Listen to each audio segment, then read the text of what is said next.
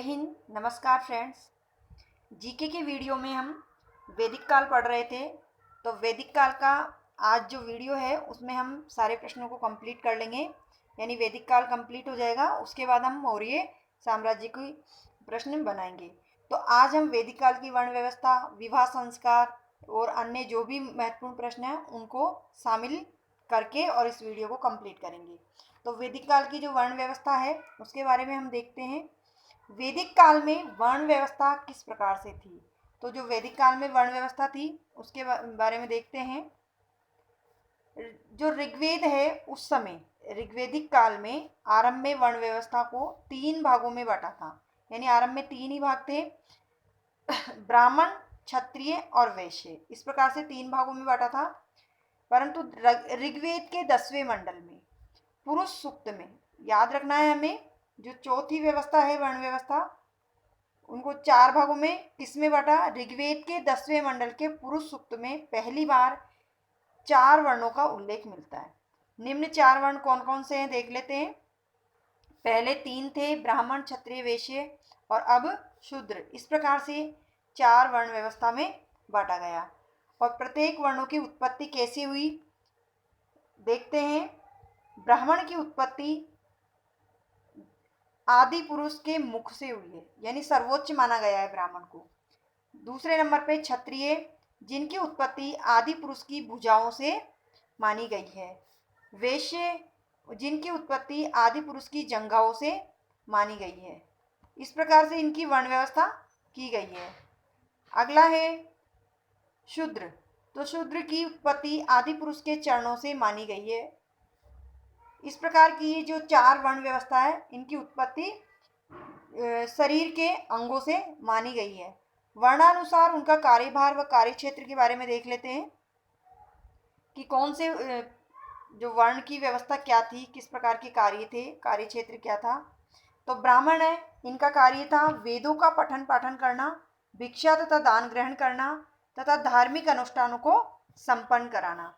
दूसरे नंबर पे जो क्षत्रिय हैं उनका कार्य था बाहरी आक्रमण से देश की रक्षा करना, देश अथवा राज्य को आंतरिक सुरक्षा प्रदान करना। इस प्रकार के ब्राह्मण और ये क्षत्रिय के कार्य थे। आगे हम देखते हैं वैश्य और शूद्र के क्या कार्य थे। तो वैश्य के कार्य था कृषि करना, पशुपालन करना, उद्योग धंधे और विभिन्न व्यवसायों में संलग्न रहना। ये वैश्य वर्ण की व्यवस्था थी। शूद्र का कार्य था, जो ये तीनों हैं इनके मुख्य कार्य, इनका जो शूद्र का मुख्य कार्य था वो इन तीनों वर्णों की सेवा करना था। ये ध्यान रखना है, इन तीनों के कार्य क्षेत्र अलग अलग थे और शूद्र का कार्य था इन तीनों की ही सेवा करना।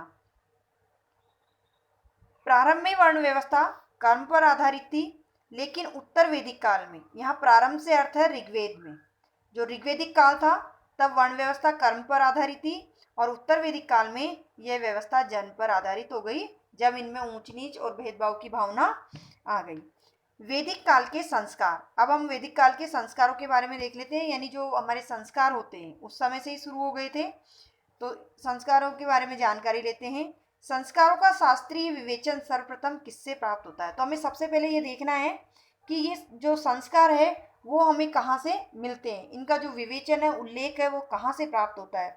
तो वह प्राप्त होता है बृहदारण्य उपनिषद से, यानी वृहद आरण्य, देखो इनको अगर अलग अलग पढ़े तो वृहद आरण्यक उपनिषद, तो एक साथ बोलते हैं वृहदारण्यक उपनिषद।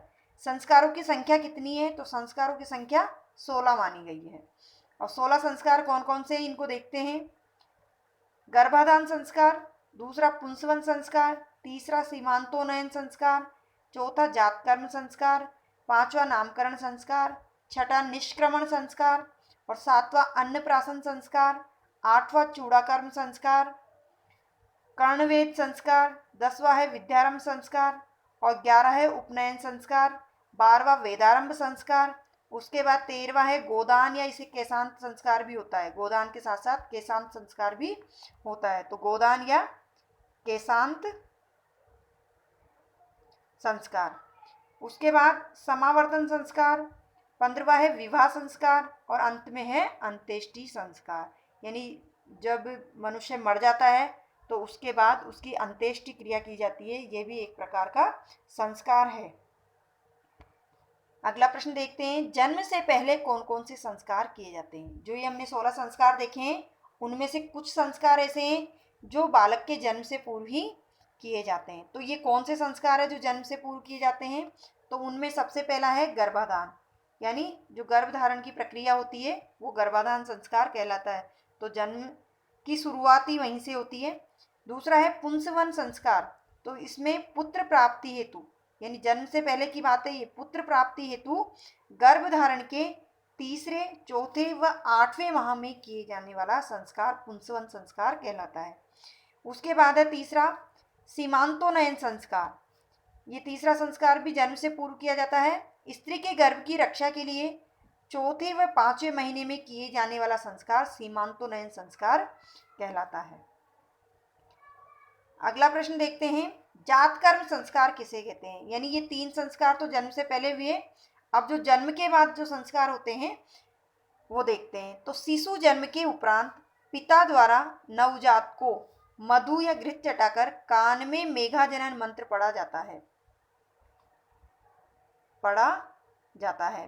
तो ये होता है जातकर्म संस्कार, और उसके बाद उसे पिता द्वारा आशीर्वाद दिया जाता है। उसके बाद चूड़ाकर्म या मुंडन संस्कार क्या होता है। यानी जो चूड़ाकर्म संस्कार होता है उसे ही मुंडन संस्कार कहते हैं। जरूरी नहीं है परीक्षा में मुंडन लिखा है, हमें ध्यान रखना है इसे चूड़ाकर्म कहते हैं। तो चूड़ाकर्म आए तो समझ जाना चाहिए कि यह एक प्रकार का मुंडन संस्कार है। और हम जानते हैं कि शिशु के बाल मुंडवाकर स्वास्थ्य व दीर्घायु की कामना मुंडन संस्कार के माध्यम से की जाती है। अगला प्रश्न है, शिक्षा संबंधी जो संस्कार होता है वो कौन सा होता है। तो शिक्षा संबंधित संस्कार होता है उपनयन संस्कार। इसमें यज्ञोपवीत धारण करवाकर, अभी तो नहीं होते इसे, लेकिन पहले इसे करवाया जाता था।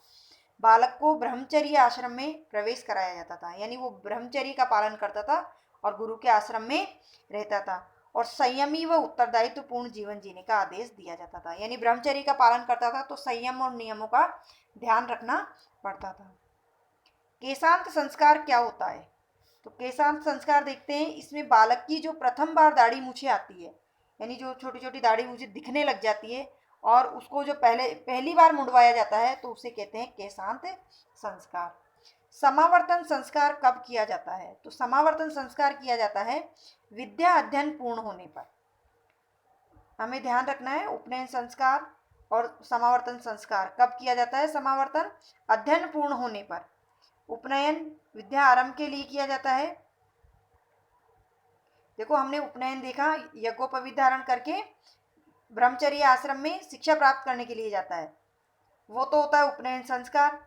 जबकि समावर्तन संस्कार में विद्या पूर्ण होने पर समावर्तन संस्कार किया जाता है। ये बालक की ब्रह्मचारी आश्रम की समाप्ति का सूचक है, यानी जो ब्रह्मचर्य पालन करता है उसकी समाप्ति का सूचक है, अर्थात वो वयस्क हुआ है। बालक शिक्षा ग्रहण करने के बाद वयस्क हो जाता है, उसके दाढ़ी मूछें आने लग जाती है, तो उनको जो पहली बार मुंडवाया जाता है उसे केशांत संस्कार कहा जाता है। और तब तक बालक की शिक्षा पूर्ण हो चुकी होती है, तो वो ब्रह्मचर्य की भी समाप्ति का सूचक है। अब देख लेते हैं वैदिक काल के विवाह के बारे में जानकारी लेते हैं। तो विवाह की जानकारी ग्रह सूत्रों के किस किस प्रकार के विवाहों का वर्णन मिलता है। यानी विवाह की जानकारी कहाँ मिलती है, ग्रह सूत्रों से। और किस किस प्रकार के विवाह की जानकारी मिलती है, ब्रह्म विवाह, देव विवाह, आर्ष विवाह, प्रजापत्य विवाह, आसुरी विवाह, गंधर्व विवाह, पेशाच विवाह और राक्षस विवाह। तो देखो इनमें कुछ विवाह तो प्रशंसनीय हैं और कुछ निंदनीय हैं, और इनके नाम से ही हमें समझ में आ रहा है कि जो प्रशंसनीय विवाह होंगे वो ब्रह्मचर्य, देव विवाह, आर्ष विवाह, प्रजापत्य विवाह, ये तो प्रशंसनीय होंगे। जबकि आसुरी विवाह, गंधर्व विवाह, पेशाच विवाह और राक्षस विवाह ये निंदनीय होंगे, क्योंकि ये जबरदस्ती किए जाने वाले विवाह है जिनमें माता पिता की सहमति नहीं होती है, और दूसरी बात किसी प्रकार के धार्मिक अनुष्ठान के जरिए भी हो, ये जरूरी नहीं है। तो ब्रह्मचर्य, देव विवाह, इनमें तो धार्मिक अनुष्ठान होते हैं और पिता द्वारा कन्या का कन्यादान किया जाता है, तो ये प्रशंसनीय माने जाते हैं। इनके अतिरिक्त सबसे उत्तम प्रकार का विवाह कौन सा होता है। अगला प्रश्न है हमारा, जो उत्तम प्रकार का विवाह होता है वो होता है ब्रह्मचर्य ब्रह्म विवाह, जिसे हम कहते हैं ब्रह्म विवाह। ये धार्मिक विधि व अनुष्ठान के साथ होता है, इसलिए इसे सबसे उत्तम प्रकार का विवाह कहा जाता है। किस प्रकार के विवाह में कन्या का पिता वर के पिता से 2 गाय मांगता है, यानी 2 गाय लेता है और फिर अपनी कन्या का कन्यादान करता है, तो वो विवाह कहलाता है आर्ष विवाह। आर्ष विवाह में कन्या का पिता वर के पिता को गाय देता है। अगला प्रश्न है, सिंधु सभ्यता व आर्य सभ्यता में क्या भिन्नता थी? जो सिंधु सभ्यता के बारे में हमने पढ़ा है, आर्यों के बारे में पढ़ा है, तो इनमें भिन्नता क्या थी? देखो, सिंधु सभ्यता नगर प्रधान थी और जो आर्य सभ्यता थी वो ग्राम प्रधान। किस सभ्यता में लोग लेखन कार्य से परिचित नहीं थे? आर्य सभ्यता के लोग लेखन कार्य से परिचित नहीं थे, जबकि सिंधुवासी लेखन कार्य से परिचित थे। तो हमें याद रखना है कि सिंधुवासी लेखन कार्य से परिचित थे, जबकि आर्यवासी नहीं थे। अगला प्रश्न है, विवाह का नियम जारी करने वाले ऋषि कौन थे? तो विवाह का नियम जारी करने वाले ऋषि थे दीर्घतमा। दीर्घतमा ऋषि विवाह का नियम जारी किया था इन्होंने। आगे देखते हैं, सुमेलित करना है। सुमेलित करने वाले प्रश्न परीक्षा में जरूर आते हैं, 1-2 प्रश्न तो सुमेलित करने वाले ही आते हैं निश्चित रूप से। तो यहाँ देखते हैं, पुरोहित के नाम दिए हुए एक तरफ तो, और दूसरी तरफ इसका संबंध दिया हुआ है कि कौन से पुरोहित का किस बात से संबंध है। तो देखते हैं, होत्री। होत्री किसे कहा जाता है? हमने वैदिक काल के जो प्रश्न पढ़े थे उनमें पढ़ा था कि ब्राह्मण को होत्री कहा जाता है। और ब्राह्मण का कार्य क्या है? यानी होत्री जो पुरोहित होते हैं उनका कार्य क्या है? ऋग्वेद के मंत्रों का पाठ करना। यहाँ सुमेलित करना है, लेकिन ये सारे सुमेलित ही हैं और क्रम से दिए हुए हैं, तो हमें ध्यान देना है। और उद्गात, जो उद्गात होता है वो सामवेद का ज्ञान। उद्गात पुरोहित है, उसका संबंध किससे होता है? सामवेद के ज्ञान से, संगीत से संबंधित ज्ञान से। यानी उद्गार, उद्गात या उद्गार, किस प्रकार के उद्गार? गायन संबंधी उद्गार। अध्वर्यु, तो यजुर्वेद के मंत्रों का पाठ, यानी यजुर्वेद से संबंधित पुरोहित है जो यजुर्वेद के मंत्रों का पाठ करते हैं। और ब्रह्मा, ब्रह्मा का कार्य यज्ञ का निरीक्षण करना एवं नियंत्रण करना। जो ब्रह्म नामक पुरोहित होते थे उनका कार्य होता था यज्ञ का निरीक्षण करना एवं नियंत्रण करना। तो इसमें हमारा सही आंसर होगा 1। ABCD के अनुसार ये सही है। वेश्य शब्द का सर्वप्रथम प्रयोग कहाँ मिलता है? वेश्य शब्द का सर्वप्रथम प्रयोग मिलता है वाजसनेयी संहिता में। वह कौन सा देवता है जो पहले पालतू पशु की रक्षा करता था? उत्तर वैदिक काल में शूद्रों का देवता हो गया। यानी पहले ऋग्वेद काल में तो वो पालतू पशु की रक्षा करते थे और उत्तर वैदिक काल में शूद्रों के देवता कहे जाने लगे, तो वो थे पूषण। पशुओं की रक्षा करने लगे, शूद्रों का देवता कहलाए और पहले पशुओं की रक्षा करते थे, तो उनको पूषण कहा जाता था। वैदिक अनुष्ठान में कौन से खाद्यान्न के प्रयोग का विधान है? जो वैदिक अनुष्ठान किए जाते हैं उसमें कौन से खाद्यान्न, मतलब जो खाद्यान्न होता है उसका प्रयोग किया जाता है? तो चावल का प्रयोग किया जाता है। ऐत्रेय ब्राह्मण में कृपण किसे कहा गया है? जो ऐत्रेय ब्राह्मण है उसमें कृपण किसे कहा गया है? तो कृपण कहा गया है पुत्री को। वैसे अगर अर्थ देखें तो कृपण का अर्थ कंजूस होता है। मैं कवि हूँ, मेरे पिता वैद्य हैं तथा मेरी माता अनाज पीसती है, ये वाक्य किसमें मिलता है? तो ये वाक्य मिलता है ऋग्वेद में। तो ये था इस वीडियो का अंतिम प्रश्न। इस वीडियो में बहुत ही महत्वपूर्ण प्रश्नों को शामिल किया गया है, तो आप वीडियो को स्किप नहीं करें, वीडियो पूरा देखें और वीडियो पसंद आने पर वीडियो को लाइक अवश्य करें, शेयर करें, चैनल को सब्सक्राइब करें जिससे आपके पास सबसे पहले नोटिफिकेशन आए। साथ ही बेल आइकन को प्रेस करें और ऑल पर क्लिक करें ताकि सभी वीडियो आपको प्राप्त हो सके। इसके साथ ही जो हिंदी के वीडियो बनाए जाते हैं, व्याकरण से संबंधित वीडियो बनाए जा रहे हैं अभी, तो आप हिंदी के वीडियो भी अवश्य देखें। ये रेगुलर रूप से सुबह जीके के वीडियो डाले जाते हैं और शाम को हिंदी के डाले जाते हैं, तो आप दोनों ही वीडियो को देखें, अध्ययन करें, आपको सभी एग्जाम में बहुत फ़ायदा होगा।